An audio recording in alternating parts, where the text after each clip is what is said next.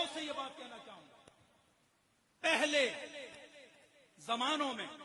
مصلحت کو، یہ جملہ لفظ آپ بولیں گے تو میں آگے لے کے چلوں گا، پہلے زمانے میں،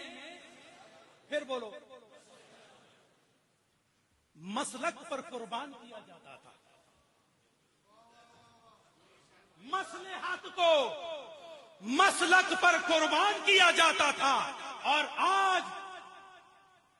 خیر اندیش کم ہوتے جا رہے ہیں، دوربینی ختم ہوتی جا رہی ہے، کیا ہو رہا ہے؟ مسلک کو مصلحت پر قربان کر رہے ہیں۔ وہ کتنا ہی بڑا کیوں نہ ہو، اس کو جانچنے کا ایک ہی طریقہ ہے، اگر مسلک کو مصلحت پر قربان کر رہا ہے، سمجھو کہ دنیا بھی اس کی بند تو گئی ہے لیکن آخرت برباد ہو رہی ہے، اور اگر کوئی مصلحت کو مسلک پر قربان کر رہا ہے تو سمجھ لینا کہ چہرہ بھی روشن ہے، دل بھی روشن ہے، روح بھی روشن ہے۔ آج ضرورت ہے کہ صحابہ پر بات کی جائے، صحابہ کی محبت کی بات کی جائے، اور اہل بیت کی بات بھی کی جائے، کیونکہ یہ دونوں اہل سنت و جماعت کے لیے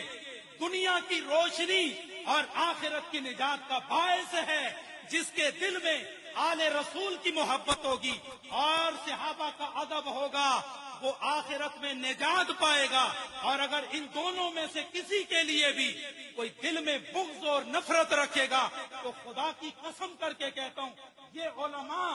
جو ایک لائبریری کی حیثیت رکھتے ہیں، ان کی موجودگی میں یہ بات کرتا ہوں کہ اگر کسی کے بارے میں بھی سر کے بال میں کروڑویں حصے کا بھی بغض ہوگا، میری نظر میں وہ جنت کبھی نہیں جائے گا۔ جنت تو نبی کے غلاموں کے لیے بنی ہے،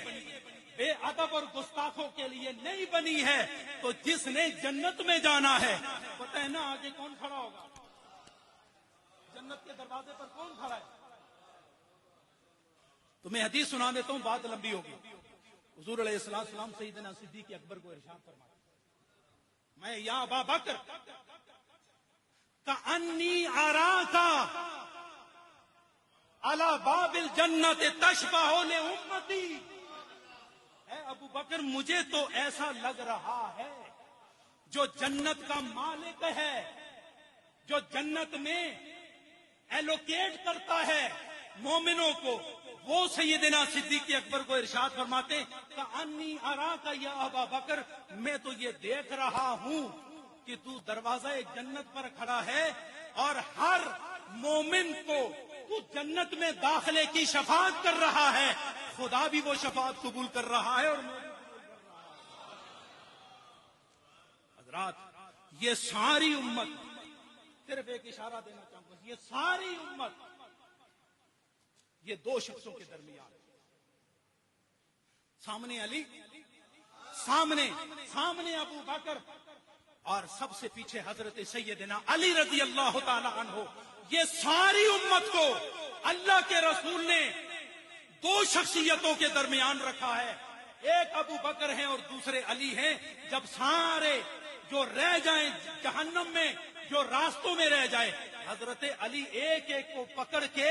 جنتی کی مور لگا کے اس صف میں داخل کریں گے، اور آخر میں حضرت علی جب جنت میں جائیں گے، یہ اس بات کا ثبوت ہوگا کہ محمد عربی کا کوئی غلام اب جنت سے باہر نہیں، اس لیے کہ علی اندر داخل۔ ارے کون بدبخت ہے جو ابو بکر کو تو مانے ہے لیکن علی کو نہ مانے؟ وہ کون بدبخت ہے جو علی کو مانے اور ابو بکر کو نہ مانے؟ تو ماننا پڑے گا کہ اہل سنت و جماعت